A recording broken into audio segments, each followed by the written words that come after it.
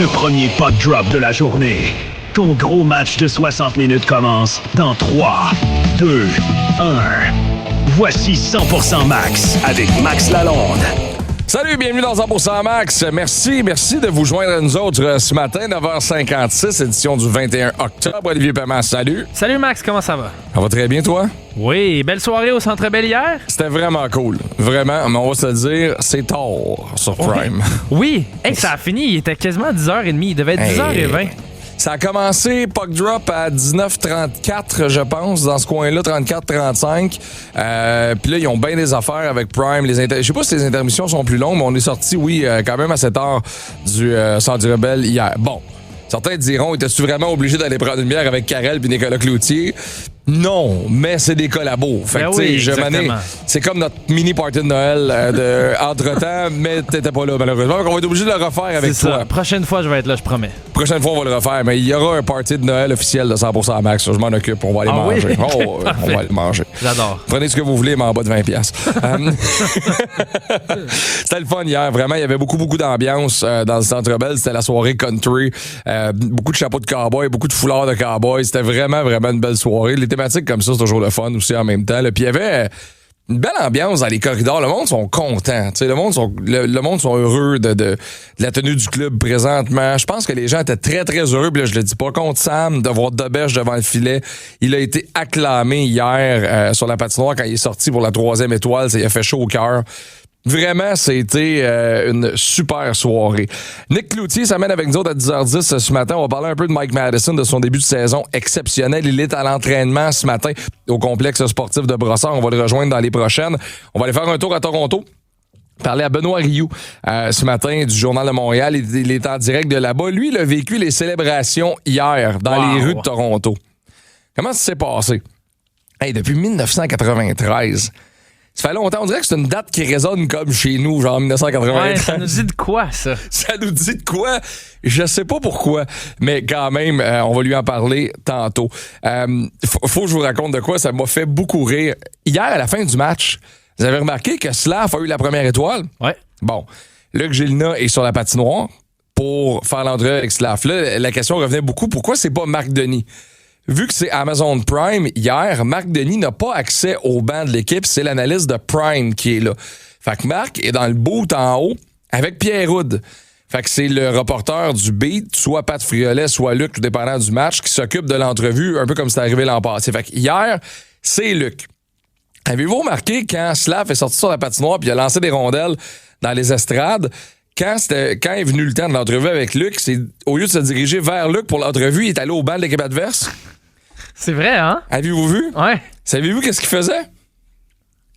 Il s'est trompé de... Non, quand il est sorti, il lance des rondelles. Mais il a mal lancé sa rondelle, a frappé la vitre, puis est tombé dans le banc de l'équipe adverse. Fait que t'as Michel Lacroix qui fait « Alors rejoignons Luc Gélina au centre de la patinoire avec Juraj Slavkovski. » Puis là, Slav, il voulait lancer une rondelle à un petit gars. La rondelle a frappé le haut de la baie vitrée, puis elle est tombée derrière le banc. Fait qu'il a embarqué dans le banc, puis il essayait de la trouver. Fait que là, Luc, lui, il a son cue dans les oreilles, puis il est là. Slav, attends, parce qu'il faut qu'on fasse. Là, on est live. Puis là, t'as Amazon Prime qui te pose dans le cul en arrière. Les autres sont là, t'as une minute, faut qu'on aille au desk de l'autre côté.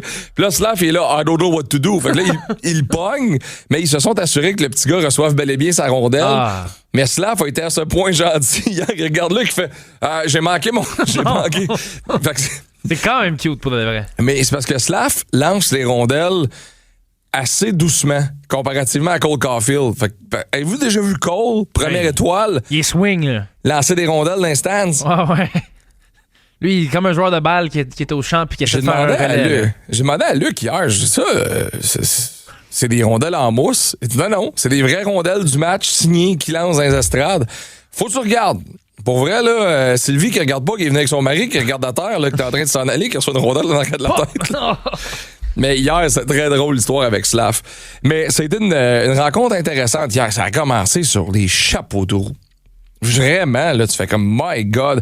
Le 28 secondes là, de Hudson à Demidov, de Demidov à Hudson, de Hudson à Demidov, vraiment à Demidov, laisse pour Hudson. Ça, c'est le futur du Canadien de Montréal. Ah, c'est fou de penser que ça fait juste commencer. Là. Ouais, ce n'est que le début. On regardait ça, là, puis on se disait, maman, c'est écœurant. C'est écœurant ce qu'on a vécu hier. Quel match hier de Demidov, quel match de Carrier hier. Carrier a été exceptionnel. Matheson, encore une fois, a été très bon. Puis disons-le, Jakub Dobeš a connu un fort match hier. Ouais, tu sais, c'est dommage, mais Jakub Dobeš, il a fait le contraire de ce que Samuel Montembeault a fait dans le match contre les Rangers. Parce que dans le match contre les Rangers, Montembeault a pas fait les arrêts qu'il devait faire. Puis ça a permis aux Rangers de revenir dans le match. Hier, Dobeš a été tellement solide. Il a fermé la porte. Pas nécessairement 1001 arrêts spectaculaires. Non. Mais il arrêtait la rondelle quand il devait le faire. Il a fait quelques beaux arrêts clés. Et c'est ça. Tu sais, quand t'es un gardien de but, faut pas nécessairement que tu sois l'histoire du match. Ça arrive de temps en temps qu'un gardien va voler un match à lui seul. Ouais. Mais la plupart du temps, surtout quand t'as une équipe qui joue si bien devant toi, fais la job. Fais les arrêts, puis ça va arriver que tu vas donner 1 ou 2 buts. Mais si tu donnes 1 ou 2 buts par match, là, tu vas gagner la grande majorité des matchs. Ça a commencé carré pour Slav hier, jusqu'à temps qu'il se fasse pousser en arrière du net. Quand il se fâche, on dirait Hulk, là, genre au Superman qui change une cabine téléphonique, là, il déchire sa chemise, puis ça devient un autre joueur de hockey. Y a-tu quelqu'un qui peut lui donner une tape en arrière de la tête avant d'embarquer sa patinoire? Ouais, faudrait quasiment acheter un taser ou quelque chose, là, puis tu le piques avant de commencer le match. Let's go, Slav. Mais il y a souvent des mauvais, pas des mauvais, des lents débuts de match. Il y a souvent des lents débuts de match. Puis là, Manny, il arrive un incident là, derrière le net. Puis là, hier, ouais, avec Tage Thompson, là, il était sur le bord de se battre. Puis là, ça part. Puis là, il y a un bon match. Puis là, il récolte la première étoile. On va en parler avec Nick Cloutier de ça dans les prochaines. Je veux qu'on écoute un extrait de Jeff Gorton hier. Il est en entrevue avec les gens de Amazon Prime hier. Et l'entrevue est exceptionnelle. Pour vrai, ça dure 4 minutes. Ça dit ce que ça a à dire. On apprend 2 choses dans cette entrevue-là. Qu'avant de devenir entraîneur dans la Ligue nationale de hockey, Martin Saint-Louis a passé une audition pour être analyste à ESPN. Fait que vous auriez pu le voir être assis à un desk de télé. Avec Piquet Souban. Avec Piquet Souban pour être analyste. Honnêtement, il aurait été excellent. Ouais. Il aurait été excellent, mais la question de l'animateur hier vers Jeff Gorton, c'est à quel point Saint-Louis, ça marche à Montréal. On voit la réponse, l'ovation qu'il a reçue. À quel point ce coach-là est populaire. On écoute l'extrait, puis après ça, j'ai une question pour vous autres. No question. He's tremendously popular anywhere he goes. He's very good with his time too, and he's earned it. He's earned it. Everywhere he's been, I like to say, everyone's what's Marty like. Marty's good at everything he does, and he always believes in himself. And I think our team is feeling that too. Il dit Martin Saint-Louis est bon dans tout. Martin Saint-Louis est vraiment, mais vraiment un coach populaire. Partout où il va, les gens le reconnaissent, les gens l'aiment. Tu sais, là, la réponse s'éternise sur à quel point les joueurs ont embarqué dans le système de Martin Saint-Louis, les joueurs buy-in avec Martin Saint-Louis. Là, ça fonctionne. Puis on arrive comme pas à la croisée des chemins, on arrive comme au sommet de la courbe où le club a vraiment de bons éléments. Le club gagne en maturité. Les talents commencent à arriver. Puis là, on comprend ce que Martin Saint-Louis veut. Ouais. Fait que les 2 lignes se rejoignent dans le milieu. La question que je vous pose ce matin, parce que l'année passée, en début de saison, on a été assez dur à l'endroit de Martin Saint-Louis. Pour vrai. Puis honnêtement, parce qu'on se demandait tous ce club-là s'en allait où avec le système de jeu qu'on essayait de rentrer. Avec l'amour que les gens de Montréal lui témoignent, avec où le club s'en va, avec l'avenir, avec les années qu'on a devant nous autres, Demidov, Hudson, puis tout ça. Est-ce qu'un jour, Martin Saint-Louis, rapidement peut-être, va être le coach avec le plus d'ancienneté derrière le banc de la même équipe dans la Ligue nationale de hockey? Est-ce que ça va faire un John Cooper? John Cooper, le 25 mars 2013, c'est la date depuis laquelle il est à la tête du Lightning de Tampa Bay. Est-ce que Martin Saint-Louis peut le faire, tu penses, Ali? Je pense que oui. Tu sais, quand tu regardes la façon, la progression de ce jeune noyau-là, comment les jeunes s'entendent bien avec Martin Saint-Louis, apprécient son travail. C'est sûr que t'es jamais à l'abri d'une mauvaise saison. Ouais. T'es jamais à l'abri d'une mauvaise séquence. Et on sait jamais ce qui peut se passer. Je pense pas que Martin Saint-Louis est proche d'un congédiement, même si le Canadien se plante, rate les séries et dans la cave, il se fera pas mettre dehors. Mais j'ai vraiment l'impression que ça, c'est un gars qui pourrait être derrière le banc du Canadien pendant un autre 5 ans, peut-être même plus. Tu sais, quand on regarde à travers la Ligue nationale de hockey, là, c'est rare. C'est rare des coachs. Il est 4e ou 5e? Il est déjà 4e ou 5e dans ceux qui sont là depuis le plus longtemps. Évidemment, tu as des gars comme John Cooper qui est là depuis super longtemps avec le Lightning de Tampa Bay. C'est très, très rare qu'on voit ça. Mais lui, je crois qu'il a le potentiel de faire partie de ce club select-là d'entraîneurs qui restent pendant très longtemps. Tu sais, Jared Bednar est au Colorado depuis presque 10 ans maintenant.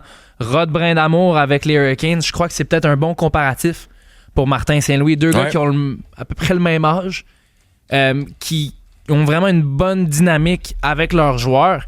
Tu sais, si tu me dis, regarde, Gorton et Hughes sont sous contrat pour un autre 5 ans, je pense qu'il n'y a aucun doute, là, à moins d'une catastrophe, que Saint-Louis va être là pour un autre 5 ans lui aussi. Je pense que Saint-Louis va être là pour un autre 5 ans, peut-être plus. Le management en place aussi.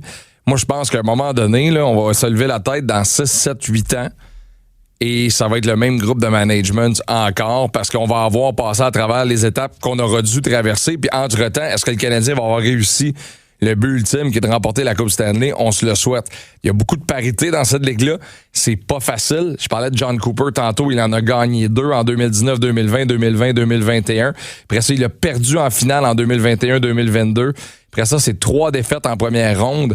Comme quoi, le hockey, ça peut virer vite de bord. Quand un bon club, un jeune club, un moment donné, ton jeune club devient un bon vieux club.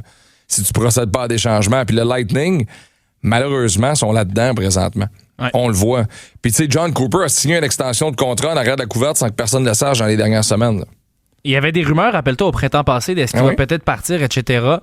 Il n'y a rien qui garantit qu'il va rester là pour encore très longtemps. Puis pour revenir à Martin Saint-Louis, tu sais, il a quand même la chance d'accomplir quelque chose, de devenir une légende du Canadien de Montréal. Lui, en tant que joueur, bon, il est au temple de la renommée, il a connu énormément de succès avec le Lightning et tout, mais son club, c'est le Canadien. Fait que si t'es capable d'être ce coach-là qui ramène la Coupe Stanley à Montréal en tant que Québécois, en tant que gars qui a grandi ici, ce serait une fierté. Ce serait peut-être le plus gros accomplissement de sa carrière. Je veux pas mettre des mots dans sa bouche, là, mais ce serait absolument incroyable comme sentiment. Je pense que oui. Je pense qu'on pourrait dire que ce serait le plus grand accomplissement de sa carrière, malgré l'illustre carrière qu'il a connue comme joueur dans la Ligue nationale de hockey. Puis il parle du Canadien avec tellement d'amour dans les yeux. On sait l'importance de ce club-là pour lui, pour son père, pour sa famille, vraiment. Fait qu'on lui souhaite le meilleur dans tout ça. On s'en va à la pause. Nick Cloutier s'en vient dans 2 minutes. On va parler un peu du début de saison de Slav, mais lui, il est en direct de Brossard ce matin. Qui est sur la patinoire? Qui n'est pas sur la patinoire? Est-ce qu'il y aura des rappels? On parle à Nick. Et restez là parce qu'à 10h30 ce matin, on s'en va à Toronto parler à Ben Rioux du Journal de Montréal. Il a passé la nuit dans les rues de Toronto, pas dans les bars parce que c'est tout fermé 1 heure là-bas, mais à célébrer avec les gens cette victoire-là des Jays hier. Quel moment ça a été. Tout ça à venir dans 100% Max. Bougez pas. 100% Sport. Tout de suite après 100% Max, tes 2 chums de la radio débarquent luncher avec toi. Georges et Gonzo. Manque pas 1 minute, tout le monde va en parler. Ça va brasser. Lara Gonzalez dès 11h. 100% Sport, plus de fun. Audi Populaire se réinvente. Profitez de notre offre exclusive de 2% fidélité pendant les rénovations et découvrez l'avant-garde électrique avec l'arrivée du nouvel A6 e-tron 2025 et du QCC e-tron. Nos modèles 2025 doivent bouger. Réservez votre essai routier et repartez au volant d'une Audi neuve. Audi Populaire, 5442 rue Saint-Hubert, Montréal. Ton employé t'écrit toujours 40 heures. T'es pas certain des heures que tes employés ont écrites. Tu vois des erreurs coûteuses se glisser dans les feuilles de temps? Passe à Mobile Punch pour sauver temps et argent. Dis adieu aux problèmes de feuilles de temps. MobilePunch.com. Mais passerais-tu la scie, mon grand? Question de lâcher ton téléphone? Mais c'est pas un métier, couper des branches aussi proches des fils? Franchement, je suis capable... Tailler des branches près des fils électriques pourrait couper court à votre vie. Restez à plus de 3 mètres. Ceci est un message d'Hydro-Québec. Les nouvelles bottes Néragon de Kodiak travaillent. Sans relâche. Et rien ne les arrête. Trouve-les chez l'équipeur. Kodiak. Infatigable. Allez, on reste actifs! On active ça chaque semaine, ces belles offres-là! Woo! Activez vos offres Scène Plus chez IGA, c'est payant. Accumulez jusqu'à 50 $ en valeur sur votre épicerie en activant vos offres chaque semaine sur l'appli IGA. Jusqu'au 29 octobre avec Scène Plus et IGA. Détails sur mesoffresiga.ca. Vous êtes fait fort, mais les virus de la grippe et de la COVID-19 aussi. C'est important de vous faire vacciner, surtout si vous vivez avec le diabète, un système immunitaire affaibli ou une maladie du cœur, des poumons ou des reins, si vous êtes enceinte ou si vous avez 65 ans et plus. Dans ces cas, vous êtes plus à risque de complications graves face à ces virus. Pour plus d'informations et pour prendre un rendez-vous, visitez québec.ca/campagne vaccination. La vaccination, c'est la meilleure protection. Un message du gouvernement du Québec. Dans ton Jeep Compass, t'as tout ce qu'il faut pour l'aventure. Transmission 4x4, de série. Confort et technologie, de série. Rouler, s'évader, respirer la liberté, ça aussi de série. Avec le Jeep Compass, l'aventure, c'est de série. Louez un Jeep Compass Nord 4x4 2026 pour 108 $ par semaine pour 51 mois avec 1 999 $ d'acompte ou achetez-le à partir de 42 850 $. 12 000 km par an, 16 sous 10 km excédentaires. Sur approbation de crédit, détail chez votre concessionnaire. Salut, c'est Georges. Et Gonzo. On répète ça. OK, l'armée, direction MetLife Stadium. On va voir les Jets contre les Falcons les 29 et 30 novembre grâce à Voyage Gendron. On va en plus aller encourager la vedette québécoise Mathieu Bergeron. Vite, réserve tes billets, texte seulement et rien d'autre, le mot foot. F-O-O-T au 514-790-0919. Nous deux, Greg et le Pape! Touchdown! Ça comprend transport en autocar de luxe, une nuit d'hébergement, petit déjeuner, tailgate, party d'Oktoberfest et ton billet pour la game. Ça part vite, va sur gendronto.com. T'écoutes 100% Max avec Max Lalonde et Oli Pema. 60 minutes aussi intenses qu'un shift de demi-dove. BPM Sport. De retour dans 100% Max, 10 ans, 12 minutes. On le rejoint en direct du complexe d'entraînement CN à Brossard, TVA Sport, Nicolas Cloutier. Salut, Nick. Salut, les gars. À Brossard, ce matin, là, on surveille bien les choses. Tout le monde veut savoir qui est sur la patinoire, qui est pas sur la patinoire. Qu'est-ce que tu sais au moment où on se parle? L'entraînement est autour de 11 heures. Ce que je surveillais, c'est ici les blessés, là, Patrick Laney ou Kirby Dach allaient débarquer sur la patinoire un peu avant leur coéquipier. On n'a aucun signe de vie jusqu'à maintenant, mais je surveille ça du coin de l'œil pour vous. Okay, absolument, ça va se passer dans les prochaines minutes. Là, on sait que le Canadien va quitter pour l'Ouest. Un match à Calgary, Edmonton, Vancouver, Seattle. C'est drôle, on a pogné 2 fois Seattle en mois d'octobre, puis tu ne revois plus après ça de la saison. Est-ce que le Canadien va procéder à des rappels, Nick, pour pas arriver flat-foot justement là-bas s'il se passe quelque chose? J'en jasais avec l'ami Marco D'Amico, qu'on salue, sur la passerelle de presse. Ah oui, qui a tweeté en français hier, toi, pendant le match. Le marché de Saint-Jérôme, hein? Oui, comme j'ai dit hier, j'ai tweeté. Marco a comme but de il veut conquérir Saint-Jérôme, Marco D'Amico, qui tweet en France. C'est ça, le bon Marco D'Amico. Il est allé d'une hypothèse qui est très plausible, en fait, parce que le Canadien, comme vous le savez bien, les gars, va amorcer un voyage dans l'Ouest sur la route de 4 matchs. Présentement, vous le savez, on a 6 défenseurs parce que Caden Gooley, c'est une absence d'une durée d'1 mois. Alors, ce serait très logique qu'on ne veuille pas aller sur la route aussi loin dans l'Ouest canadien avec seulement 6 défenseurs dans la formation. Et en ce moment, si on regarde du côté de Laval, le défenseur, le général à la ligne bleue, celui qui joue de 22 à 23 minutes par match, c'est Adam Engstrom. Et Adam Engstrom avait aussi reçu de très bons compliments de Martin Saint-Louis après le dernier match préparatoire de l'équipe. Saint-Louis dit qu'il allait avoir une longue carrière dans la LNH. Donc, selon toute logique, s'il y a un rappel, à moins là, qu'on décide vraiment d'étirer la sauce là, et d'y aller là-bas à 6 défenseurs en attendant un blessé, là, ce serait lui, Adam Engstrom, qui serait rappelé. Du côté des attaquants, si jamais Dach et Laine sont pas prêts ou sont pas à 100% pour le voyage, est-ce que selon vous, Owen Beck en a fait assez pour mériter de faire partie de ça? Ou est-ce que le Canadien est peut-être mieux d'opter pour le rappel d'un vétéran à la Alex Belzile, à la Lucas Condotta, pour être sûr d'avoir peut-être une valeur plus sûre pour le voyage? Donc toi, tu parlerais de remplacer Owen Beck? Oui, exactement.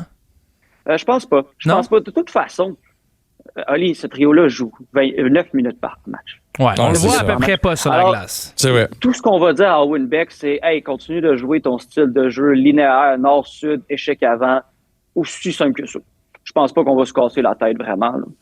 Oui, puis surtout si ça fonctionne avec lui dans le rôle qu'on lui donne présentement, parce que dans le match d'hier, tu en as fait mention, on l'a pas tant vu, puis comme on dit, pas de nouvelles, bonne nouvelle. Oui, mais là où on pourrait débattre, c'est Bolduc, encore une fois, là, joué quoi, 10-11 minutes parce qu'il était sur ce trio-là. Je sais pas, j'ai de la misère avec ça, moi, personnellement. Mais bon. Mais c'est ce que Bolduc... dire que je connais plus mon hockey que Martin Saint-Louis. Hein. Non, c'est ça, mais c'est ce que Bolduc écope à cause de avec qui il joue présentement. Exact. C'est clairement ça le problème. Puis tu as un trio de vétérans en Anderson, Gallagher, Evans que tu peux pas nécessairement défaire au profit de Bolduc, mais tu donnes le PP1 à Bolduc. Fait que tu sais, présentement, là, c'est de jongler. Puis est-ce qu'on est... Tu sais, les gars, est-ce qu'on est vraiment capable présentement de dire qu'il y a un trio numéro 3 et 4? Non, mais t'amènes de bons points. Je pense que ça a été un peu un concours de circonstances parce que le trio de Jake Evans a tellement bien joué hier soir et il n'y a pas eu beaucoup d'avantages numériques. Alors, par la force des choses, c'est difficile de donner du temps de jeu à Bolduc à 5 contre 5 quand on le met sur ce trio-là. Et, tu sais, c'est pas force d'avoir essayé. Hein, je pense que Martin Saint-Louis, c'était pas le match contre les Sabres, mais c'était le match contre les Rangers en troisième période. On avait essayé, là, en fin de match, pour aller générer une étincelle, de le jumeler à Alex Newhook et à Ivan Demidov. Alors, on essaie là, de trouver ce temps de jeu-là pour Bolduc, mais c'est quand même un casse-tête là, avec la façon dont la formation est composée. T'as raison, Max. Slav avait 7 points en 7 matchs à pareille date l'an passé. Pourtant, cette année, meilleur début de saison. Tu sais, on s'en est parlé hier sur la galerie de presse. Début de match un peu lent. On dirait que ça y prend une claque en arrière du chapeau, là, en arrière du casque pour le réveiller puis que ça parte. Là. C'est pas compliqué. Du moment que Slav se fâche, tu sais que le gars que tu vas avoir devant toi, c'est pas second half Slav. C'est le bon Slavkovski. Ouais, celui qui est teigneux, celui qui se tient proche du filet. Et tu sais, depuis le début de la saison, quand même, là, je veux souligner, l'important avec Slav, c'était pas les statistiques pour moi quand on commençait la saison, c'est est-ce que Slavkovski va jouer dans la cuisine? Depuis le début de la saison, c'est lui qui domine le Canadien pour les expected goals, mais aussi pour les chances de marquer. Moi, c'était les deux données les plus importantes pour moi. Parce que si Slavkovski joue en périphérie, ben là, inutile. Slavkovski ne peut pas faire ce qu'il avait fait l'an passé, qui était essayer de manier la rondelle à travers 3 joueurs et de créer des jeux comme s'il était Jack Hughes. C'est pas ça son identité. Il doit jouer à l'intérieur de ses capacités et au meilleur de ses capacités. Et c'est ça qu'il fait depuis le début de la saison. Il a 3 buts, 3 points, juste des buts en 7 matchs cette saison. Et savez-vous quoi? Il joue un bien meilleur début de saison que l'an passé à pareille date, alors qu'il avait 7 points en 7 matchs. Allez savoir. Mais tu sais, les points, ça fait pas foi de tout non plus. Les plus et les moins, ça fait pas foi de tout. C'est que des fois, ton rôle, puis tu sais, c'est pas étranger au début de saison de Nick Suzuki et de Cole Caulfield, ses partenaires de trio. Suzuki, lui, c'est tout feu, tout flamme depuis le début de la saison. Il est sur un rythme de 90 points, 95 points, comme on en avait parlé. Fait que peut-être que le rôle de Slav est amené à changer parce que Suzuki et Caulfield ont beaucoup plus la rondelle que Slav dans ce trio-là. Là. Exactement, mais c'est pour ça aussi que tu veux pas que ce soit Slav qui crée les jeux. Pourquoi faire? Là? Slav, c'est pas compliqué. C'est le gars qui se tient le long des rampes et il y a quand même un talent sous-estimé pour aller gagner une bagarre en arrière du filet et créer en arrière du filet. Quand on joue le fameux cycle, là, pour d'avoir une meilleure traduction, c'est une de ses forces, Slavkovski. Et je vois ça qu'il commence vraiment à exploiter ce qu'il est capable de faire. Et pourquoi je regarde plus les statistiques comme les chances de marquer et les expected goals que les buts ou les passes en ce moment pour Slavkovski, c'est parce que sur un échantillon de 7 matchs, tu l'as dit, Max, les points, là, je veux dire, c'est pas nécessairement ce que la meilleure valeur prédictive. Si on parle sur un plus long échantillon, sur une plus longue run, c'est les chances de marquer, c'est les buts attendus qui vont avoir une valeur de prédiction qui est plus élevée. Alors, ça regarde bien du côté de Slavkovski pour avoir une bonne saison. Là, les bonnes habitudes de jeu sont là. Ouais, surtout que dans son cas, c'est vraiment une question de...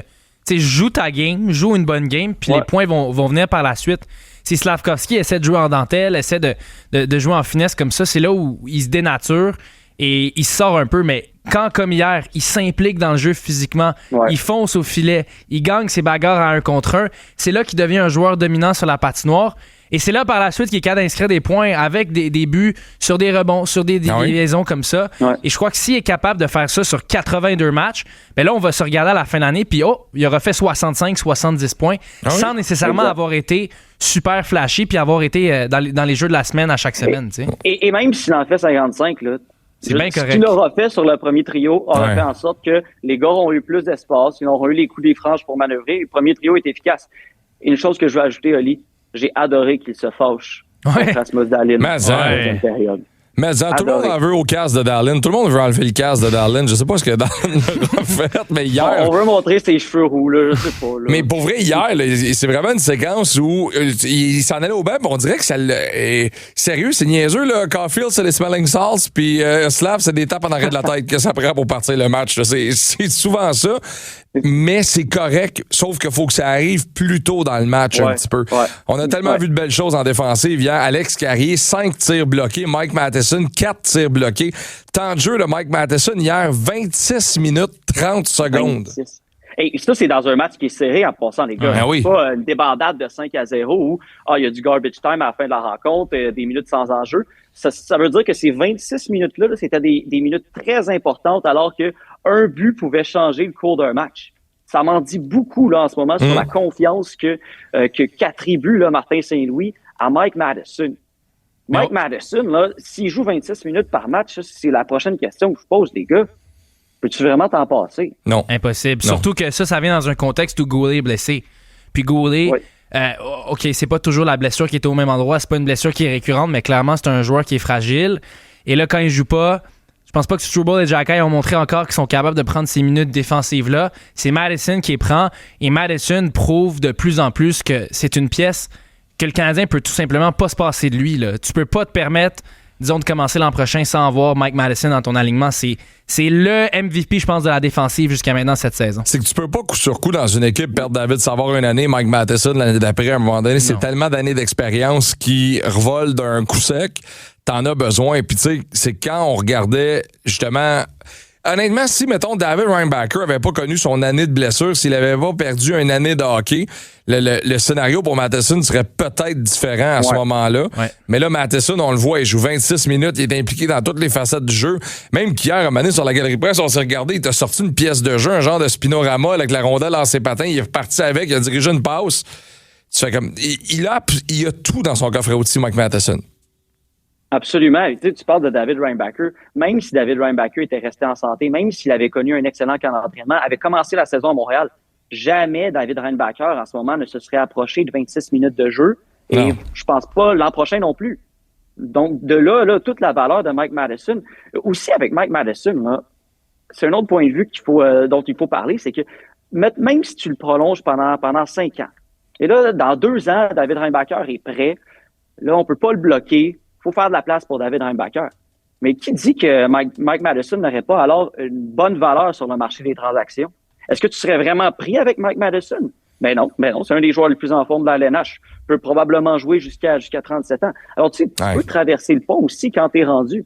Alors, un contrat de 4-5 ans pour Mike Matheson, je pense que ça aurait quand même beaucoup de sens, même si tu as des jeunes qui poussent. Parce que après, tu peux revisiter ça dans 2 ans, 3 ans. Et Mike Matheson, ça va pas être une épine dans le pied. Ça va pas être un contrat qui est si encombrant. Une dernière, on va te laisser aller, Nick. Hier, Hudson et Demidov se sont retrouvés sur la patinoire ensemble à 4 contre 4 avec beaucoup de place. Puis il y a une séquence où Hudson remet à Demidov laisse pour Hudson pousse pour Demidov remet pour Hudson, pousse par en avant par la bande. Combien de temps on va pouvoir se retenir avant de les placer ensemble sur la première vague de l'avantage numérique? On a eu un court échantillon hier. Honnêtement, j'étais bien excité. On va te le dire, là. T'es pas le seul. J'étais à côté de toi, hein? Ah ouais. C'était quelque chose. Les gars, tu sais, il y en a un qui est américain, il y en a un qui est russe. Mais quand tu les mets sur la glace, ils pensent de la même façon. C'est de la télépathie. Ils ont le même cerveau de hockey. Puis même les mêmes feintes d'épaule, les mêmes feintes de tête. Tu sais, la base là, du jeu de Demidov et de Hudson, c'est de tendre des pièges à l'adversaire en donnant des fausses intentions aux défenseurs adverses. Ils appellent ça la deception en anglais, et c'est exactement ça que les deux font. Il y a quelque chose de magique là, qui peut se créer si ces gars-là sont plus souvent sur la patinoire dans les prochains matchs ou même dans les prochaines années. Et moi, je reviens à la saison dernière. C'est à la mi-novembre qu'on avait donné le premier avantage numérique à Lane Hudson. Je pense que on est pas mal dans ces eaux-là du côté d'Ivan Demidov. Ça risque de pas mal être ça. Nick, merci beaucoup de ton temps. Te laisse aller regarder la pratique du Canadien en direct du complexe sportif CN où on se reparle jeudi. Yes, salut les boys. Salut Nick. Nicolas Cloutier de TVA Sport. Je vous invite à le lire sur le tvasport.ca. Toujours très intéressant. On va parler baseball au retour avec Ben Rioux qui est en direct de Toronto, mais j'ai trouvé quelque chose sur une page Instagram. J'en ai eu des frissons. Tu sais, quand les souvenirs te reviennent puis les souvenirs te remontent, puis je pense qu'on va aller à la pause avec ça. Les Jays ont pris part à la Série mondiale pour la dernière fois en 1993. Je serais pas gêné de dire que c'était probablement une des meilleures équipes de l'histoire du baseball à ce moment-là. Voici la présentation des joueurs des Blue Jays de Toronto en 1993 pour ouvrir la Série mondiale. On écoute ça.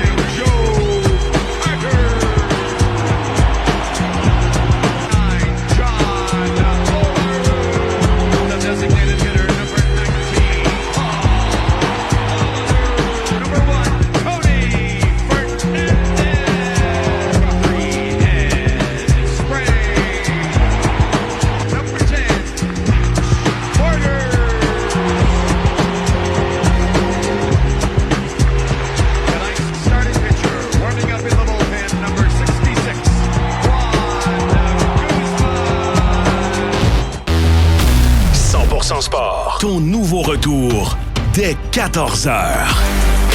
Prépare ta soirée hockey avec tes chums. Le Tailgate 100% hockey, 100% CH. Greg Lanctot, FX Bénard, Ben Rocher, Renaud Lavoie, Anthony Marcotte et les Mangeux de Puck. 100% Sport. Plus d'opinion, plus de débats, plus de fun. 100% CH, présenté par l'équipe Pneus. Avant que vos pneus vous mettent hors jeu, donnez à votre auto ce qu'elle mérite. Avec des prix compétitifs sur toutes les plus grandes marques de pneus et jantes, votre auto gagnera la coupe. Visitez-nous en ligne au liquipneu.com. Les meilleurs pneus au meilleur prix.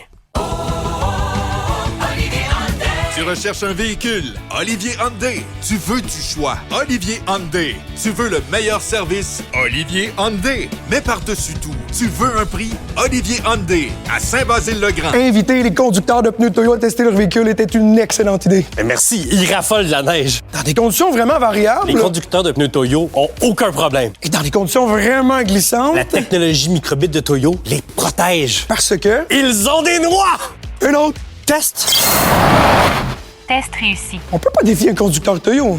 Pour un temps limité, économisez encore plus sur l'achat d'un jeu de 4 pneus sélectionnés. Détails à toyotires.ca. Toyo Tires, des pneus fabriqués pour votre route.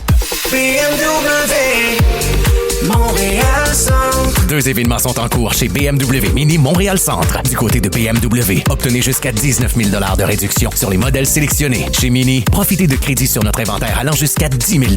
BMW ou Mini, c'est le moment de passer à l'action avec des taux aussi bas que 0%. Ne manquez pas nos plus gros événements de l'année jusqu'au 31 octobre seulement. BMW Montréal-Centre. Chez BMW Mini Montréal-Centre. Détails et conditions en concession. Dans la PME de Julie, le commerce de Benoît ou une grande entreprise, tout le monde a un rôle à jouer en matière de santé et de sécurité au travail.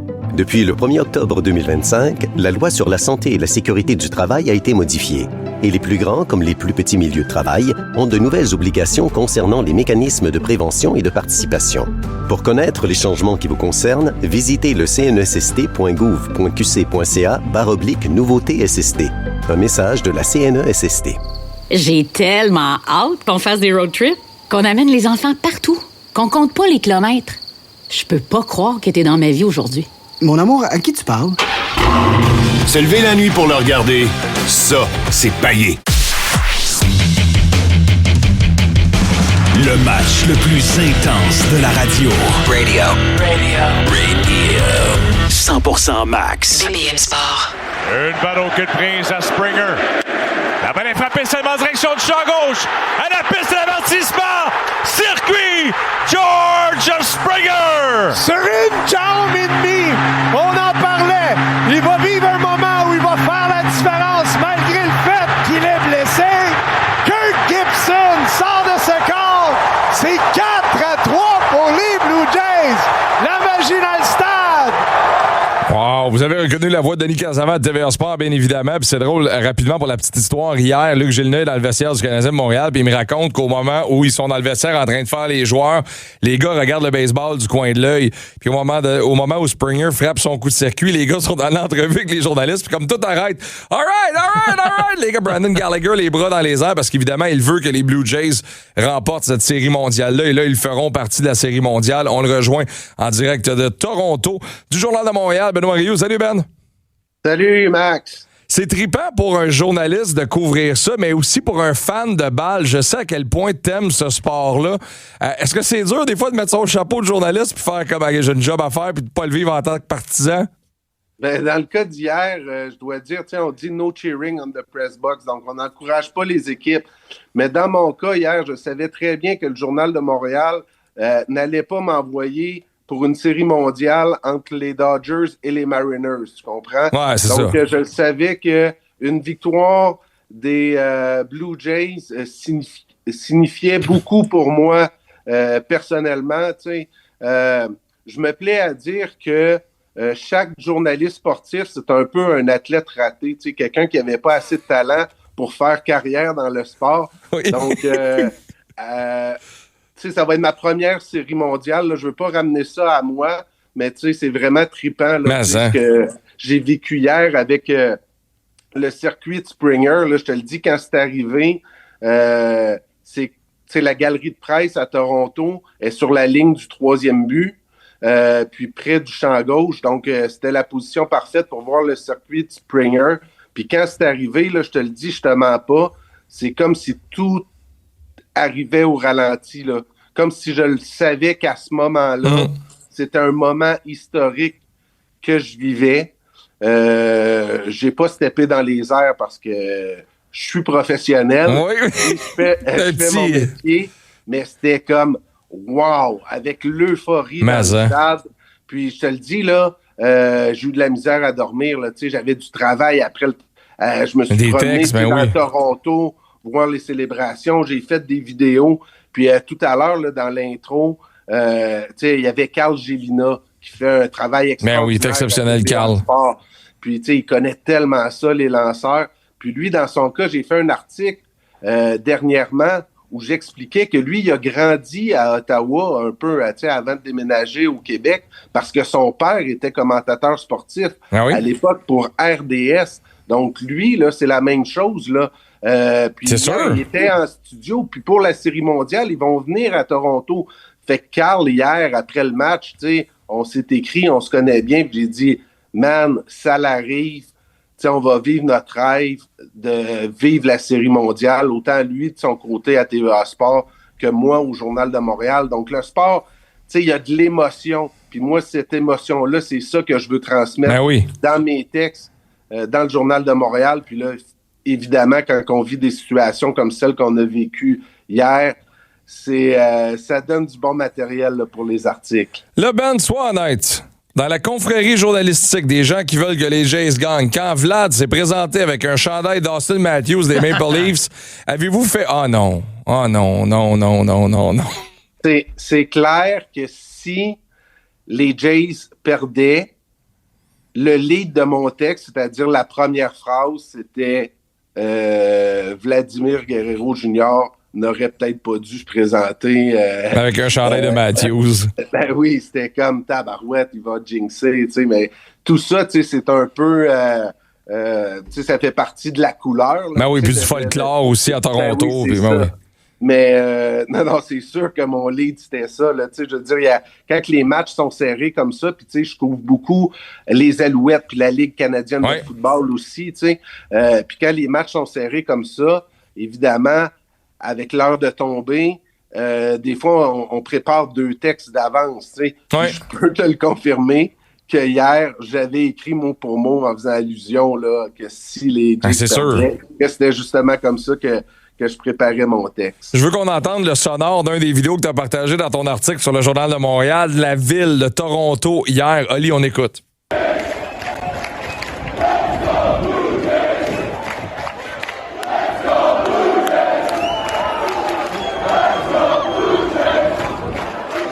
Cette ville-là avait besoin de ça, de cette célébration-là. Puis c'est fou parce que, tu sais, Ben, j'ai été à des matchs des Maple Leafs de Toronto, là, puis c'est le festival du comptable là-bas ou à peu près, puis il n'y a pas beaucoup d'ambiance. Puis là, t'arrives aux Jays, puis c'est le vrai monde qui est là, puis c'est vraiment, c'est du gros fun. Ça a eu l'air de quoi la soirée en ville hier? Est-ce qu'il y a eu des débordements ou c'était vraiment dans le fun, puis dans le respect, puis dans le party? Ben, c'était dans le fun et dans le respect. Là. Évidemment, les policiers étaient sur les dents, mais tu sais, il y avait... les partisans étaient en feu, il y avait des drapeaux canadiens. J'ai pas entendu l'extrait que vous avez joué, tu sais. Je sais pas si c'est celui que vous avez choisi. Non, c'est le Let's Go Blue Jays, pas l'autre. Okay. Parce que j'en avais un autre où il y avait le F-word avec LA. Puis ça, c'était un peu un langage un peu plus vulgaire, là. Mais je me plaisais à dire que à la blague, là, parce qu'on peut imaginer qu'est-ce que les gens scandaient. Qu'il acclamait pas le gardien québécois Zachary Foucalé. Non, c'était pas ça. Mais tu sais, quel match ça a été hier? Parce que dans la progression du match, il y a un moment donné où les fans des Jays ont vraiment eu peur. Puis tu sais, nous, on était au Centre Bell, on regardait le match du coin de l'œil, puis on sentait que c'était assez calme. Tu sais, si bien qu'à un moment donné, puis c'est commun de le faire en série de fin de saison, d'amener tes lanceurs partants en relève, c'était un match d'échec hier pour Schneider. Ah, effectivement, tu sais, puis c'est un match numéro 7, tu sais, puis encore une fois, Max, tu sais, je veux pas te ramener à moi, mais tu le sais à quel point que je suis un partisan de baseball. Mais oui. Ça fait peut-être 25 ans que je fais ce métier-là, puis je te le dis, ce que j'ai vécu hier, la seule fois dans ma carrière où que j'ai senti que j'ai vécu de quoi comme ça qui m'a fait autant triper, c'était quand j'étais dans l'aréna pour le but en or de Sidney Crosby aux Jeux olympiques. Tu sais, il y a 2 ans, j'étais à un match numéro 7 aussi de la finale de la Coupe Stanley entre les Oilers et les Panthers en Floride. J'ai aimé ça, mais j'étais un gars de balle. Tu sais, j'étais un gars de balle. De vivre ce rêve-là, alors que depuis que les expos sont partis, c'est moins possible de le faire. Je te le dis, je me sens sur mon X. Puis là, je veux pas virer émotif, mais depuis que je suis arrivé à Toronto en début de semaine, je suis comme wow, tu sais, c'est comme... Puis là, la Série mondiale va commencer vendredi, fait que je reste à Toronto pour la Série mondiale. Donc, c'est vraiment un grand moment, là, tu sais, c'est vraiment spécial. Ben oui. Puis nous, on y est attaché, Ben, à cause de Vlad. T'sais, on a vu le papa, nous, à Montréal. Là, on voit le garçon qui est né à Montréal, qui est un Dominicain, mais qui, lui, c'est un petit... Moi, je le considère comme un petit gars de Montréal qui a grandi dans le baseball avec son père, qui est une légende vivante ici. C'est comment pour Vlad et qu'est-ce que Vlad représente pour les gens à Toronto? Il y a tout ce background-là qui fait qu'on s'attache à Vlad, mais comme joueur... À travers la Ligue, il n'y en a pas beaucoup des joueurs comme Vladimir Guerrero Jr. qui sont aussi attachants. Tu sais, hier, il a été nommé le joueur par excellence de la série de championnat, avec raison. Tu sais, il a pris le temps de remercier les partisans. Il y avait des larmes aux yeux. Ah oui. Tu sais, c'est un gars émotif. Tu sais, c'est comme un gros toutou, tu sais, qu'on veut cajoler, là, Vladimir Guerrero Jr. Fait que tout avec le background, c'est comme une espèce de boucle parfaite, tu sais, puis parmi les articles qui vont venir, tu sais, hier, j'ai rencontré à la sortie, là, tu sais, dans l'euphorie, il y a un père et son fils dont le père avait une casquette des expos, donc j'allais le voir, puis il m'a dit, ben moi, mon propre père, et tu sais, il vient de Montréal, fait que j'ai grandi en suivant Vladimir Guerrero, le père, puis pour lui, c'était aussi une espèce de boucle parfaite, d'assister à ce match-là avec son fils, puis que c'était Vladimir Guerrero fils. En tout cas, c'est toute une histoire, là, ça va être à lire dans le Journal de Montréal. Là, c'est romantique, le baseball. Oui, c'est vrai que c'est romantique, le baseball. T'as raison, pour vrai. Absolument. Puis on te souhaite une bonne série mondiale. Ben, merci d'avoir pris du temps pour nous jaser. Bon périple à Toronto. On voit même sur YouTube Live que tu as choisi un Airbnb où il y a des cartes de baseball. J'adore ça, je trouve ça. Quand je te dis que je suis sur mon X, là, regarde derrière, je suis arrivé parce que j'ai changé d'hôtel. Parce que hier, pour faire une histoire courte, les prix étaient exorbitants au downtown. Fait que là, je suis en direct de Mississauga. Oh boy! Je suis arrivé dans la chambre parce que c'est pas très loin de l'aéroport Pearson. Il y a un beau jet bleu, un cadre de balle, puis des sièges. C'est comme si c'était moi qui avait... fait la décoration. Je vais te pousser ça un peu plus loin. Dans le train qui m'a mené jusqu'à Toronto, je suis arrivé... pour m'asseoir, j'ai mis une casquette des expos parce que ça provoque souvent des discussions. Dame qui était assise à côté de moi dans le train, une ancienne placière au stade olympique à la fin des années 70. On a jasé de balle tout le long du voyage, je te le dis. Je suis chanceux, j'ai tellement de gratitude, puis j'ai lancé ça dans l'univers de vivre une belle semaine. Mais là, il y a juste un petit problème. Il va falloir que j'aille m'acheter du linge bientôt parce que je ne pensais pas rester toute la semaine. On a une pensée pour toi. Hey Ben, profite-en vraiment. Bon, on va se reparler la semaine prochaine, assurément. C'est un beau problème. Merci, Max, d'avoir pris le temps. Salut, Benoît Rioux du Journal de Montréal. Je vous invite à aller lire ses textes. C'est vraiment bon. Oli, frappez-moi quelqu'un. Le Canadien viendra procéder à 2 rappels. Les 2 bras vont me tomber. Puis tu sais ce qu'on dit, pas de bras, pas de chocolat. Je suis sous le choc, moi aussi. On vous donne les noms. Après ça, on part à la pause. Le temps de vous laisser absorber le choc. Les Canadiens ont rappelé l'attaquant Joshua Roy et le défenseur Mark Delgaizo du Rocket de Laval. L'attaquant Owen Beck a été cédé au Rocket. On s'en va à la pause. BPM Sport, c'est aussi la commission athlétique. Ton usine à podcast de sport. Hockey, football, soccer, baseball et la nouvelle équipe du podcast Processus. Avec Anthony Marcotte, Martin Thériault et Marco D'Amico. 100% sport. plus de balado. Cette émission 100% Max est fièrement commanditée par Expérience Mata. Que ce soit sur le parcours de golf, au bord du lac ou à l'auberge, chaque instant devient un souvenir inoubliable. Expérience Mata, créateur de souvenirs. Le temps file. L'incitatif provincial à l'achat et à la location de véhicules électriques passera bientôt de 4 000 à 2 000 $. Alors faites vite, n'attendez pas. Louez la Ford Mustang Mach-E Select 2025 à traction intégrale d'une valeur de 39 861 $, incluant l'incitatif provincial de 4 000 $ avec 0 $ d'acompte à seulement 489 $ par mois.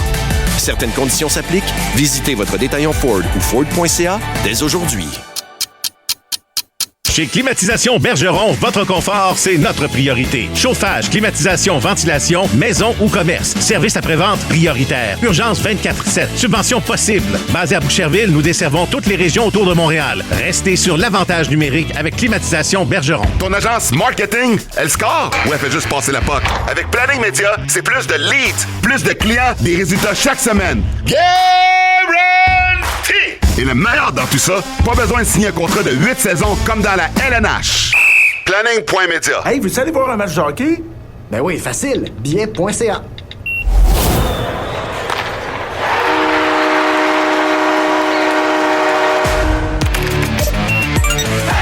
Billet.ca. Soyez là. La commission Vimont tire à sa fin au groupe de 1 concessionnaire Vimont Toyota Laval et le verdict est clair. Notre taux de satisfaction est très élevé. Les témoignages prouvent qu'on est honnête, transparent, qu'on respecte les budgets et même qu'on est galant. Bref, entre nous et nos clients, ça clique. Et avec nos RAV4 LE2 roues motrices 2025 fraîchement arrivées à partir de 1,1 milliard, 36 636 $ pendant repartez en Toyota, ça clique encore plus. Vimont Toyota Laval, c'est tout un groupe et toute une concession. Hey, 1,1 milliard. Pour des greens de golf en gazon synthétique sur mesure, il y a une seule référence au Québec. Innovert. Nos experts sont reconnus comme les pros de la conception et de l'installation. Jusqu'au 31 octobre, aucun paiement, aucun intérêt avant 2026. Profitez-en dès maintenant et payez plus tard. Certaines conditions s'appliquent. Innovert, la précision d'un pro dans votre cours. Tous les détails sur gazoninnovert.com. En ce moment, chez vos concessionnaires Hyundai, obtenez du financement à partir de 0% et jusqu'à 11 000 $ de rabais sur toutes les Ioniq 6 2025, incluant le rabais Hyundai et le rabais du gouvernement du Québec. En plus, jusqu'au 31 octobre, durant l'événement Rabais Monstre, profitez d'un bonus additionnel de jusqu'à 750 $ sur les véhicules sélectionnés. C'est le moment ou jamais de choisir votre Hyundai parmi la gamme de véhicules électriques la plus primée au Canada. Des conditions s'appliquent. Détails chez votre concessionnaire ou sur hyundaicanada.com. T'écoutes 100% Max avec Max Lalonde et Oli Pema. Le match le plus intense de la radio. 100% Max. BPM Sport. Ouais, le Canadien a procédé à 2 rappels dans les dernières secondes. On vous le rappelle, ils sont à l'entraînement ce matin au complexe sportif Sienne avant de quitter pour Calgary. Calgary, Edmonton, Vancouver. Après ça, Seattle. Après ça, on revient à la maison samedi prochain contre les Sénateurs d'Ottawa. Le Canadien a procédé au rappel de Josh Roy et de Mark Del Gaizo. Del Gaizo, un défenseur de 26 ans, défenseur gaucher, qui a 55 matchs de jouer dans la Ligue nationale de hockey avec les Preds de Nashville, n'a jamais disputé un match de l'uniforme du Canadien de Montréal, est avec le Rocket depuis 7 saisons. L'année passée, ça s'alignait avec les Admirals de Milwaukee, évidemment la filiale des Preds de Nashville. Comme surpris. Moi aussi. Tu sais, Mark Del Gaizo, quand entraînement, ça a vraiment pas été très impressionnant. Je me serais attendu à ce qu'Adam Engstrom obtienne une opportunité. Parce que là, bon, on a nos 6 défenseurs, mais si quelqu'un se blesse, ben là, t'es pris à avoir Mark Del Gaizo qui joue dans un voyage dans l'Ouest canadien contre quand même de très, très bonnes équipes. Ça va faire mal. Parce que c'est pas quelqu'un que tu vas vraiment pouvoir faire jouer plus que 8, 9, peut-être 10 minutes par match. Je suis vraiment pas sûr de cela. Adam Engstrom, c'était pas parfait au camp d'entraînement, mais c'est un gars qui patine super bien, qui est capable quand même de transporter la rondelle. Peut-être qu'on trouve qu'il y a encore des choses à peaufiner dans son jeu, mais je suis vraiment pas convaincu dans celle-là. On se croise les doigts que personne se blesse dans ce voyage-là. Ouais. Parce que voir Mark Del Gaizo dans l'alignement, ouf. Avant Engstrom, moi, c'est souvent ça la question que j'ai. Pourquoi un passe avant l'autre dans l'organigramme quand l'autre a connu un meilleur camp? Mais tu sais, ça, c'est des discussions internes que les dirigeants ont souvent à porte close. Sinon, pour Josh Roy, puis Puis tu sais, on lui souhaite pas de malheur, puis on lui souhaite que ça marche dans la Ligue nationale de hockey, mais clairement, on l'a vu par le passé, ça sera pas à Montréal, visiblement. Est-ce qu'on serait pas en train de le mettre dans la vitrine avec une belle grosse pancarte à échanger? Si on est capable de lui donner des répétitions dans la Ligue nationale de hockey, est-ce que ça peut ressembler à ça pour Josh Roy, de le mettre dans la vitrine dans un voyage dans l'Ouest, justement? C'est une 8e dernière chance là, dans son cas. C'est peut-être, t'as raison, de lui donner quelques matchs, lui donner un peu de tape dans la LNH pour voir s'il y a une équipe qui va être tentée de faire son acquisition. On avait entendu quelques rumeurs comme quoi, bon... Ou est-ce que c'est un meilleur fit pour Veleno puis Bolduc? Peut-être, mais tu sais, rendu là, est-ce que t'aurais pas été mieux de rappeler un gars qui a déjà plus d'expérience dans la LNH, un vétéran, comme un Alex Belzile ou un Lucas Condotta, steak, blé d'Inde, patate, un gars qui joue simple à la place d'un Joshua Roy, qu'on le sait que oui, il y a un gros potentiel, il y a un gros upside, mais il y a même pas le patin pour évoluer dans la LNH. Peut-être que ça annonce un retour aussi, peut-être que soit Laine ou Doc sont prêts pour jouer, vont jouer dans le voyage éventuellement, puis que Joshua va servir de police d'assurance en cas que, puis tu te croises que personne se blesse. Là. Ouais, ça risque probablement d'être ça. T'sais, surtout que dans le cas de Laine et Doc, ça avait pas l'air d'être des blessures très, très sérieuses. Alors, c'est surtout de la prévention. Mais rendu où le Canadien est, c'est fini de prioriser ton club école à Laval. Le Rocket, non, c'est dommage, mais le Rocket, c'est vraiment une arrière-pensée maintenant. Tu priorises l'équipe dans la LNH. Qu'on leur sorte la meilleure des chances, c'est la meilleure saison possible. Mais c'est plus ta priorité. Là. Exactement. Ta priorité, c'est la LNH. Alors, il faut que tu priorises ça dans tes rappels. Tu veux rappeler le joueur que s'il est inséré dans ta formation, il te donne la meilleure chance de réussir. Hâte de voir qu'est-ce que ça va donner pour ces rappels-là. Vas-y, avant qu'on se quitte avec ton savoir éternel. Étale-nous ça. Je sais pas pourquoi je sais ça, ça sert à rien pantoute. J'ai jamais vu Slapshot, mais sachez ça, je sais pas pourquoi. Quoi? C'est moi, le détective Fimento! OK, j'avais teasé ça la semaine passée. Eh oui, c'est vrai. Mais je vais parler de la fameuse rumeur selon laquelle le Lightning de Tampa Bay aurait été propriété de la mafia japonaise au début des années 90. Et là, Ben est entré en studio et il me dévisage. La mafia japonaise. La mafia japonaise, aussi connue sous le nom des Yakuza. Les Yakuza, oui. Ouais. Donc, au début des années 90, la LNH cherchait vraiment à avoir des équipes d'expansion. Et ils ont décidé d'avoir une équipe d'expansion à Tampa Bay. Et c'était les frères Esposito qui étaient derrière ce projet-là, Phil et Tony. Phil et Tony, vous le savez, c'est pas des multimillionnaires. Ils ont joué au hockey dans les années 70. Évidemment, il n'y avait pas les poches assez profondes pour acheter un club d'expansion. Bref, ils ont cherché des acheteurs potentiels, des gens qui allaient pouvoir les financer. Et là, finalement, il manquait de financement. Et à la dernière minute, il y a un groupe japonais qui a levé la main. C'est un groupe qui s'appelle Kokusai Green. C'est une compagnie japonaise de resort et de terrain de golf. Eux, ils ont offert de donner 50 millions de dollars US pour avoir cette équipe d'expansion-là à Tampa Bay. Kokusai Green, personne savait ça sortait de où, cette affaire-là. Personne n'avait jamais entendu parler de eux. Ils étaient jamais venus en Amérique, mais la LNH s'en foutait. Il y avait de l'argent, c'est la seule chose. C'était pas dans le Boys Club, mettons. Là. Non, il était pas dans le Boys Club et c'était la première fois qu'il y avait un investisseur étranger qui achetait une équipe professionnelle. Pas grave, tout ce qui compte, c'est l'argent. Bon, là, en cours de route, c'est un peu louche, mais les Esposito sont bien connus par la LNH, fait que c'est correct, on leur laisse une chance. Il y a une surprise éventuellement dans les guides médiatiques du Lightning de Tampa Bay. Il y a un dénommé Takashi Okubo qui est nommé comme étant le propriétaire de l'équipe. Le problème, c'est qu'il n'y a personne dans l'organisation du Lightning qui a rencontré M. Okubo. Il n'est jamais venu en Amérique. On ne sait pas il ressemble à quoi. On n'a jamais même eu de conversation au téléphone avec lui et ça a l'air qu'il n'aurait jamais même regardé un match de hockey de sa vie.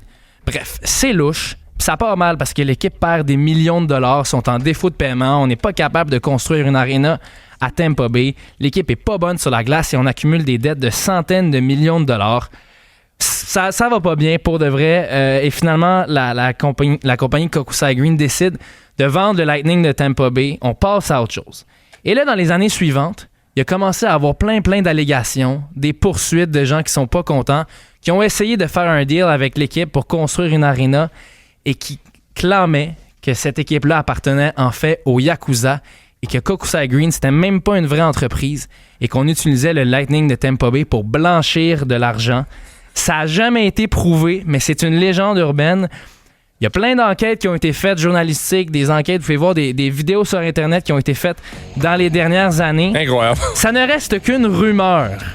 Mais cette fameuse théorie du complot ne s'en va nulle part parce qu'on n'a jamais entendu parler de Kokusai Green par la suite. Monsieur Okubo n'a jamais fait d'apparition publique. On l'a pas vu dans sa loge. On l'a jamais vu. Ils sont pas sur Internet nulle part. Mais ils étaient bel et bien propriétaires du Lightning au début des années 90. On demande à André Roy s'il a déjà croisé M. Okubo dans le temps. Il va dire « Ah non, je l'ai pas vu à Big. » Hey Oli, excellent. Merci beaucoup. On va se retrouver demain 10h pour un autre de 100% Max. Un immense merci à vous tous. Merci d'avoir été là sur le YouTube Live. Vous êtes nombreux. Sur la messagerie texte, vous êtes nombreux également. On a très hâte de vous retrouver demain pour une autre édition. Lara Gonzalez s'en vient. Le show numéro 1 de sport au Canada. Et Mathias Brunet. Mathias, semaine avec Greg Langto dans le tailgate.